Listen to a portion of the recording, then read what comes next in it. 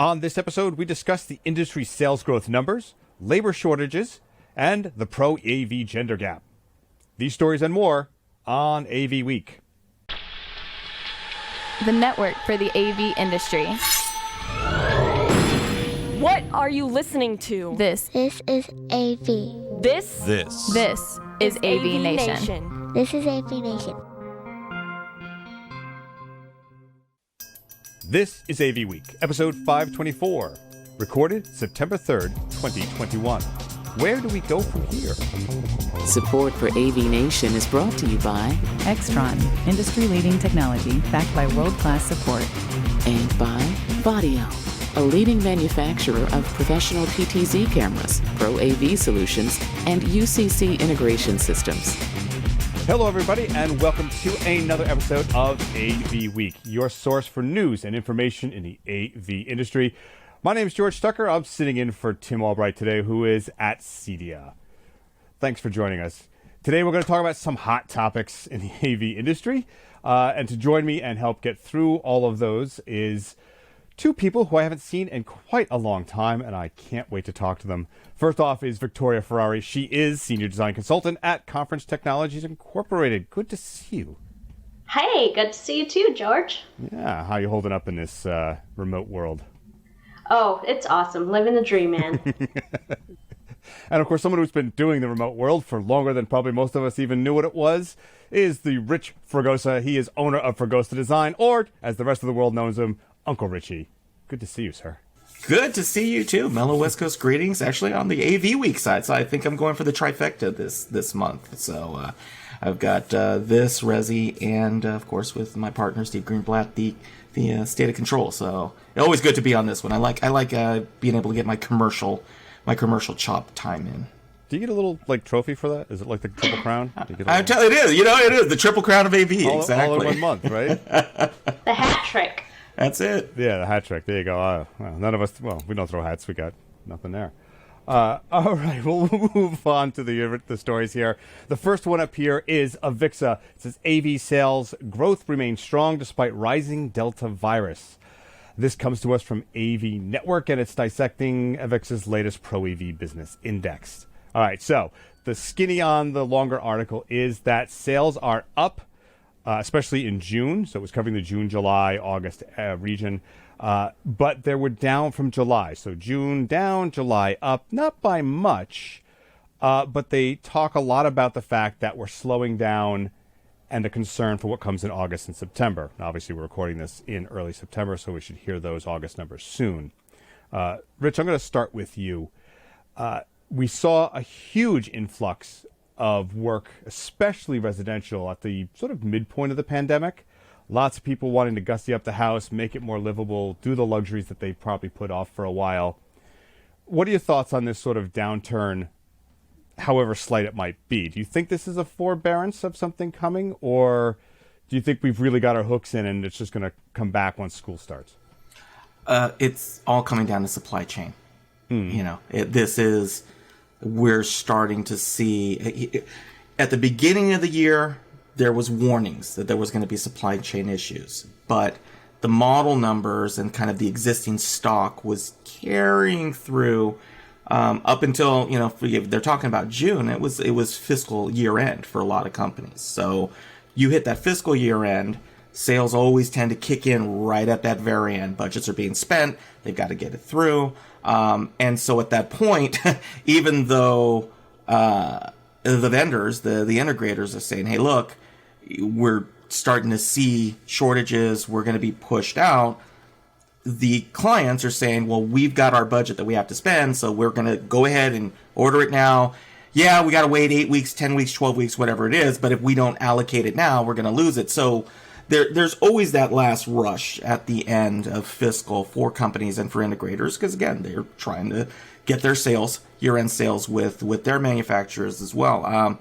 But now, I just received an email yesterday from one of my regional sales managers, 14 to 18 week lead times minimum on products that you need for projects. It's not even more like little accessories or things that you can live without. We're talking about infrastructure parts of these deployment systems. So there's video conferencing, video distribution, audio distribution, speakers. I mean, just crazy stuff. And so the concern is that the sales are available. The product isn't, which then is creating a lot of difficult conversations with clients, which is, we'd love to be able to do the work. We have no inventory and we've scoured it. So now the choices are, do you hammer profitability? Do you have to deal with plan B, plan C, plan D vendors and completely deviate from what you do? Or do you wait? And then when you wait, well, if, the client's like, well, it's not my problem you don't have gear. And so I don't need to give you the money now. I'm going to wait until you get the gear and call me. And so it's a huge catch-22 that's coming on right now. And I think we're going to see, especially over the next quarter, because again, this is all looking backwards, right? This is looking at past sales. It's not projected. And I think if you talk to AVWeek about the projected sales that are coming up, I think we're going to start hearing more and more that supply chain is going to create advisories when in the forward thinking reports that are going to be coming out. Well, I want to follow up with you for a minute on that, though. So you said, like supply chain, we've been seeing mixed signals or mixed information about supply chain. Some are saying they're handling it well. Some are saying that it's a real crunch. But do you see the fact that a lot of corporations are now saying, like Google and Apple are saying, we're not going to have anybody in the office until 2022 now? Does that give some breathing room, or is it just delaying the inevitable? I think that, you've got Google, you've got Microsoft, but I see them as a subset. Schools are back.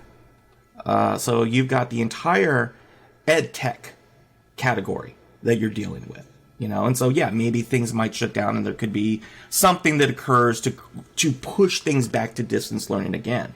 But as it stands right now, at least for this quarter, there's a lot of companies who just live in this industry in ed tech. Government's a little bit different. Corporate, I think a lot of companies have adjusted already. I think that those adjustments have already come into play. I think that most companies have viewed and said, we're going to have a reduction in on-site workforce. However, we still need some of the spaces when they are here, even if they're used. So, I mean, is it maybe breathing room? Perhaps, but it also does allow the companies themselves, the clients, to say, yeah, we can wait. We're in no rush now. So, AVWeek's, the statement was, sales were great in that period. Started seeing the petering down. I think we're good. And it's not doom and gloom. It's just that, everybody, what is it? Everybody has a plan until they get punched in the mouth. And that's what this feels like, right? AVWeek had a plan, on what they wanted to say, and then everybody got punched in the mouth again. And so we're dealing with it again. And I think that 3 months from now, looking back, everybody's going to point and go, oh yeah, this time period occurred. And, government work is changing right now. There's been some slightly large news that's occurred over the past 4 days, in how government is operating right now and the military is operating right now. And so, it's a big 8 ball of sales confusion right now, right? Yeah, I like that. I like that metaphor. It looks prosperous, who knows? That's right. Well, Victoria, Rich mentioned that they're holding off on putting employees in and adding employees to the payrolls. And the same report from AVWeek talks about AV employment being up, but still much lower than they expected.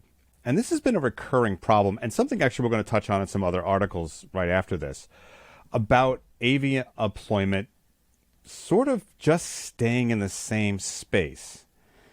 And do you see any opportunity here to get more people on board and ready for what we expect to be a rush? I mean, despite Delta virus and possibly another variant in Colombia being problematic, shouldn't this be the time for companies to say, hey, I should take on a few of those people whom I think I can really build, and by the time the full wave comes, I'm going to have some guys ready to go? Yeah, absolutely. I mean, talking, as Rich mentioned, the supply chain thing, I mean, our backlog is huge. And what's going to happen, we're going to have a tsunami of work once all of these products shake loose. And so I think it makes a lot of sense to start lining people up. And whether that's, looking at like what we've done, we have a internship program with college graduates. We look at like computer science people and entry level that are interested in AV. Another thing too, where we look at the live events market. So live events is obviously way down, but we are having more and more clients that are doing hybrid live events, and so we still need those skill sets of people that know how to run a mixer and run audio, and they have some people there in person and then they're broadcasting to a remote audience. And we're even having corporate clients ask us to build them a studio in their office. So there's that specialty that we can take advantage of. And then there's a lot of other ways that we can be valuable for our clients at this time, even if we can't deliver product. And, delivering product, right, is our bread and butter. It's what we do. It's AV is, selling big black boxes, magic, black boxes and making them work. But the integrators that are going to succeed are ones that are finding what the clients need and where they can bring value to them. Are you having trouble finding people to stay? Is there a labor issue with you guys finding anyone who says, sure, I'll sign on? So I'm not 100% privy to that, but what I've heard, so I sat on a call, an NSCA call earlier this week, and a lot of integrators were saying they were having labor shortages, they're having issues with labor, they're having people who, live in high expensive places and they want to move to a cheaper place and work remotely. But that company needs them in the expensive place, and vice versa, and companies offering more money, to live somewhere else and work remotely. So there is a weird juggling thing, I would say, with the labor force, finding good people and keeping them, and then also, being able to line up people for when you have this next wave that's coming. But I've only, heard through the grapevine. I don't know. Well, that leads me to the next topic, actually, which I'm going to start with you, obviously. It's from Sound of Communications magazine, right? What you need to know about gender pay gap in pro AV. All right, this is something we have talked about in a while. And I want to start, right back end with you, Victoria, because generally it's a couple of old gray-haired white guys talking about why there's a gender gap pay for women, which really, I don't know if that helps the purpose or defeats it, but the salient facts that come out of this article real quickly that we can bounce off of are it's based on research from a company that's Francis Blau, I believe, and Lawrence Kahn, saying that women in pro AV earn either 79%, 83%, or 89% of what men do in the industry. It's a very interesting set of numbers there, and it touches on why is this happening and where are women in the industry and that kind of story. So I'm going to start with you is, why do you think that discrepancy is there? That's a good question. It's hard to say. I've always found that you have to advocate for yourself. You have to toot your own horn. You have to keep track of your things that you've done that have brought value to the company, which as a salesperson, that's easy. You can say, hey, I made this many sales at, at this margin, and look what I've done, for the company. But as like a tech or as a marketing person, it's a little bit harder to measure your value. But I've been in those positions, and you find creative ways to, go to your boss and say, hey, I haven't had a pay raise in a year or whatever. Here is why I deserve one. And you have to ask, and there's this whole song and dance kind of game, how to ask for a raise the right way. And, I feel that I've been successful in that. And some people are better negotiators than others. But I could also see the other side of the coin that, so maybe women are more timid. I don't know. Maybe they need more time off. Maybe they have gaps in their employment because they're having babies. And so they don't have, they've got 5 kids or whatever, even 3 kids, and they've, have missed that time to build their experience, to add to their resume or whatever. It's hard to say. But yeah, well, you bring up a good point there, because part of the article it's a lengthy article, but part of the article does go into the discrepancy in pay sometimes comes down to the part-time versus full-time. As we know, a lot of corporations will go 35 hours as part-time and 40 hours as full-time. And we all work over that 35 hours and that kind of thing. But it was based on that the lion's share of childcare does still fall back on women in such things like the pandemic and economic downturns. There's an interesting stat in here that says that when they're compared to the same job, so a field tech to a field tech, the ratio is that higher 89% of a man's pay is there, which is a little bit below the national average. 92% I think they said it really is. But my question that I guess then comes back to you is, why are we not seeing more women in that sales or the technical side? Is there a discrepancy in the way that we hire? Do you think that they're just being pushed off? I mean, I don't want to put the answer in your mouth, but there's a lot of speculation in the media about why this happens. yeah, I think, different people have different opinions on why it happens. Me personally, I think that, maybe women just aren't as interested in those positions. I mean, it could be as simple as that. I think there's a variety of factors. I don't think there's one big thing that you can point to. I think that, maybe part of it is hiring. Maybe part of it is, not exposing young girls to that type of thing. Although I've seen more recently, I have young nieces, and, a lot of them are into like Minecraft and coding and things like that. And so I think the future is bright for sure. But I think like there's some catching up to do. And then there's other factors, too, that just maybe some women aren't interested in that. Well, I get that point. Although, so I'm going to turn this now to Uncle Richie. You and I have both promoted and pushed people that we thought were talented, of any gender, or any diversity, race, religion, creed, the whole bit, right? I know, I've had long talks about this offline in the past. Some of them are in the media now that we both recognized as that person is the ticket. That's the millennial generation right there. Somebody pay attention to this, please, and they're doing wonderfully. But the current ratio in this report is that 9% of the respondents were women. Now, again, respondents to surveys can vary, but it was 14% 2 years ago. And you and I know that we've seen difficulty in how people above us, in the companies when I used to work, didn't often hire women. I have a situation, a mutual person we know, who, in seeing a woman tech, went, "That's a girl, she can't do the work," before even seeing her, right?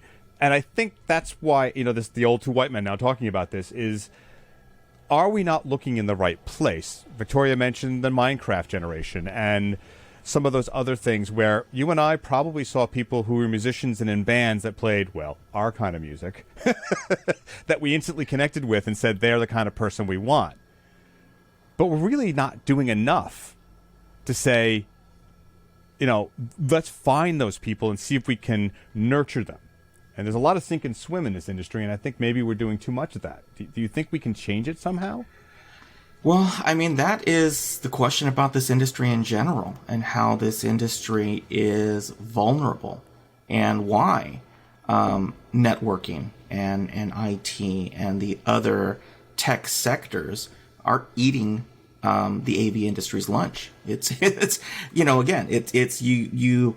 I've been more and more focusing on the phrase and the advice that I give integrators or people starting out and trying to follow it myself is our industry is having a really hard time being brutal with its weaknesses.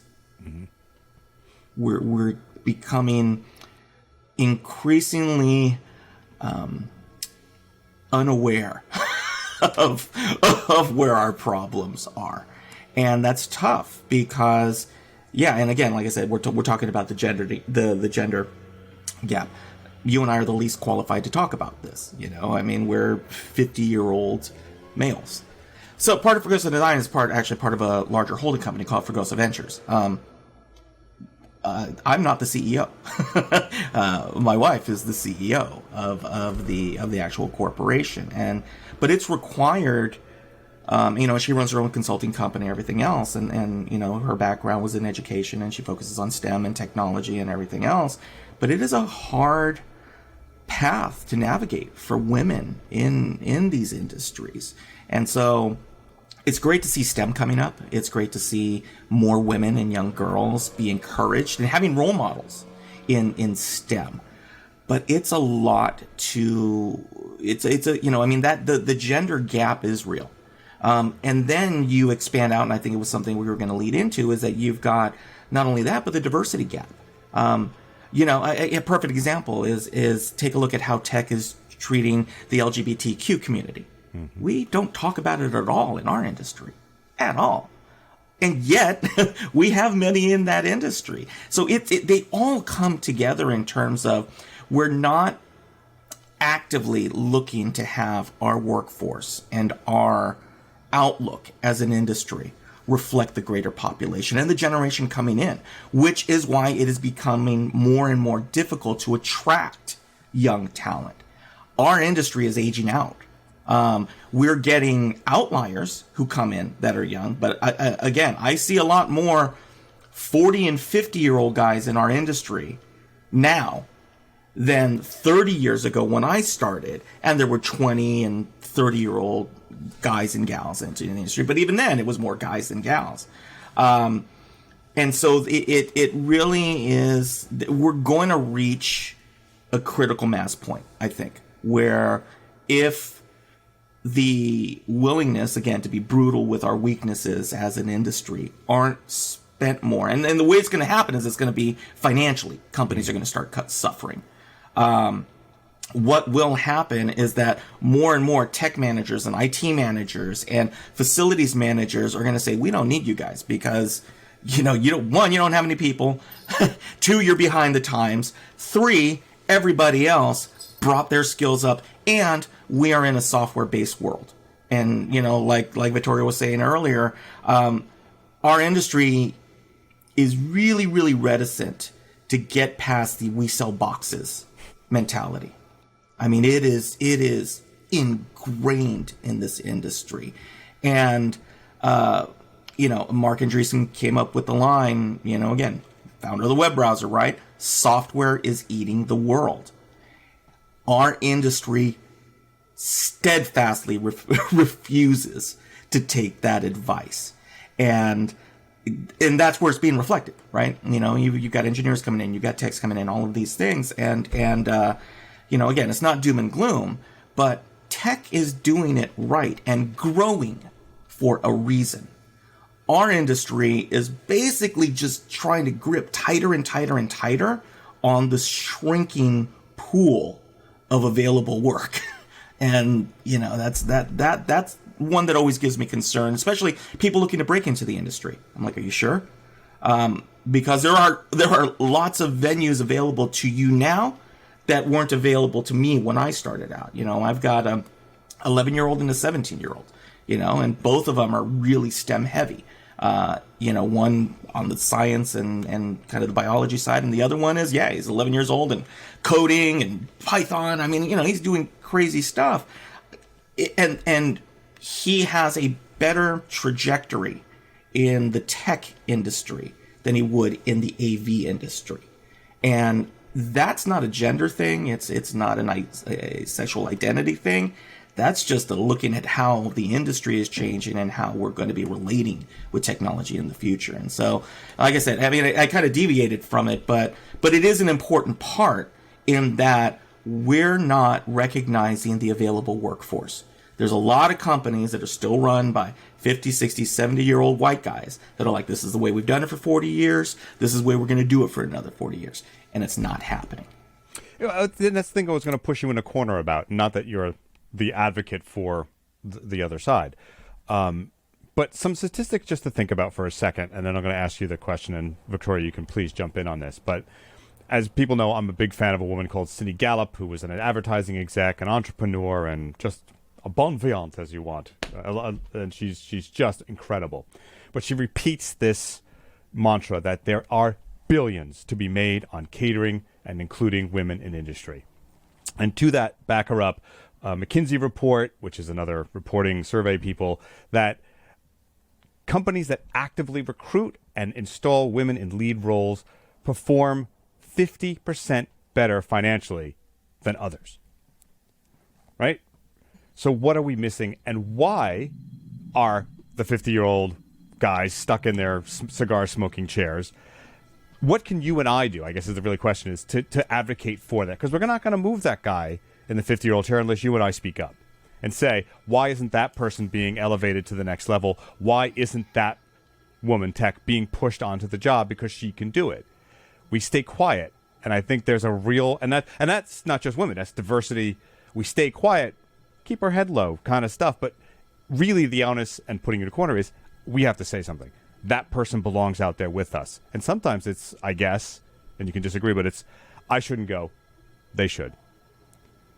It's tough because again, it is true. It's that, and I've been guilty of it myself, of all of a sudden trying to mansplain to a woman the issues that and I have to stop. And I'll say my CEO, my wife, is great about stopping me in my tracks and exactly about what you're talking about and saying, you're not registering how to speak to people who you're allied with. And there's that first fear, which is I have no, because I don't have skin in the game in that sense. I'm not a woman. I'm not really the one qualified to talk because it's like here comes the guy to talk for women and protect women. It defeats the purpose, right? It's like it's not looking to be the hero. You need to embolden women or anybody in any marginalized community to be their own champions. And it's tough because also from a business decision, how much do you bite the hand that feeds you as well? So, but that's what activism is, right? Where are you making those choices? I like how you said that, Rich. We don't need a knight in shining armor, but, we need the path to go there ourselves, to walk that. And I think that you use the word embolden. I like that. I've also heard the research that you had said, George, about companies that have women in leadership, do better, make more money. I think it makes sense. I mean, anytime that you can have a diverse group of people, you're bringing, creativity, you're bringing different paradigms and different ideas, and that can only be, that can only advance everything. The other thing, I forgot where my brain was going. Well, let me ask you though a pointed question in the few minutes we have left here. You say it's not about the superhero, of course, which is the sort of the idealized what men do when the situation comes. But is there validity to that idea of, hey, that person who's been sitting next to me as a tech is not going on the jobs they need to go on the jobs? That advocacy in that level, is that considered being the superhero, or is it more of, hey, the guy's above me, you're not paying attention? So I don't know. I don't know what the answer. I think it depends on the situation. But I think that the person who advocates for themselves is going to be, I think that's stronger than someone else saying, hey, she should go on the job site, or send her, don't send me. Because at the same time, if we're talking at the tech level, both of you might be vying for the same, position up, the PM position or whatever. And so at the end of the day, you're running a race and the winner's going to be the winner. And everybody should work hard to get to that place. But it could be beneficial for that tech to say to their higher ups, like, hey, I've noticed that my colleague has, she's especially well versed in, this particular thing or whatever. We should have her come on the job site to do that kind of thing. I know the company I work for, we're always open to, we have this thing called 1% better. If we can just be 1% better every day, it makes a huge difference in the long run. And, being 1% better by empowering our coworkers and, saying positive things about them, or giving them, or allowing everybody to have an opportunity to shine and do their best. That's going to just be positive all the way around. Oh, I appreciate that. There's a mix of ideas there, and hopefully we'll get through it. It's the modern world and the new millennia. We should probably get along with it, right? But we have run out of time for this show, so I want to thank you guys for this discussion, which probably could have been an entire 2-hour show with plenty of more voices chiming in on that. Again, thank you for all that. Victoria, where can people find out more about you, about CTI? So you can find me on LinkedIn, Victoria Ferrari. I'm also on the Twitters, Victoria0429. And you can find Conference Tech. It's just conferencetech.com. Thank you so much. And, of course, Uncle Richie, where can people find out more about you and your going-ons? Our suite of services. Well, you can type my name into the interwebs and various things will show up. Some good, some interesting. You can find the company FregosaDesign.com on the Twitters at @rfregosa. But first and foremost, I hope where you find me is here on AVNation and our suite of affiliated shows, whether it's here with you, George Tucker, doing a fantastic job pinch hitting, by the way. Thank you for having me on. But here on AVWeek, we've got Resi Week with Matt Scott. We have a monthly show with my partner Steve Greenblatt, A State of Control, where we talk about strictly the control automation side of the industry. But most importantly, if you could help a brother out and support our sponsors, that's where I would be the happiest. But yeah, hopefully find me here. That would make me happy. All right, cool. You can also find me on the webs, mostly on Twitter as Tucker2s. And I do write quite a bit freelance. You probably have read my stuff, just didn't know it because my name's not always on it. Rich basically said the tagline for me, but yes, we have a suite of shows covering every part of the industry verticals and some of the horizontals, covering every aspect to give you the information and insight what's going on in the AV industry. So please do visit at avnation.tv. Again, avnation.tv. And I want to thank you all for watching, and we look forward to speaking with all of you again very soon.